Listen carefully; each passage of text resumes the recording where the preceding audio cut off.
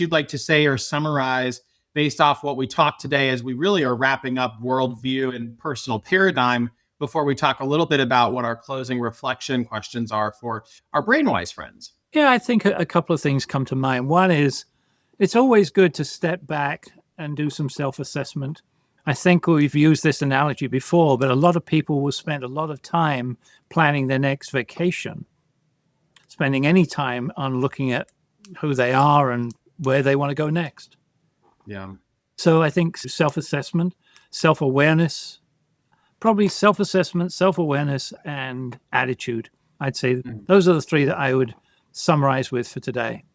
That's a great way to summarize. And one of the things we'll probably always just start asking is for yourself as you go through and reflect on today's episode, think about what brain-wise or brain-unwise moments did you have from the previous week. And if you feel so inclined, share them with us at questions@mybrainwisecoach, because we'd love to hear directly from those who are listening, or certainly share it in the comments of the episode, because we are actively watching and responding to those also. We have a couple of additional questions that I'd like to share with our BrainWise friends to just give people multiple opportunities to pick one or two. It's not picking all of them, but which one most resonates with where you are in your present state or your current state, which is which childhood experiences still echo in the way you show up at work or in your relationship? Where are you in Hudson's life cycle right now? Dreaming, plateauing, doldrums, or cocooning?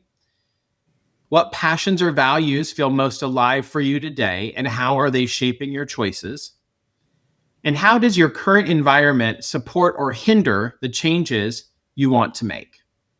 That's our episode for today. This is our look at context and the self we carry forward, from child experiences to life cycles, from passions to values.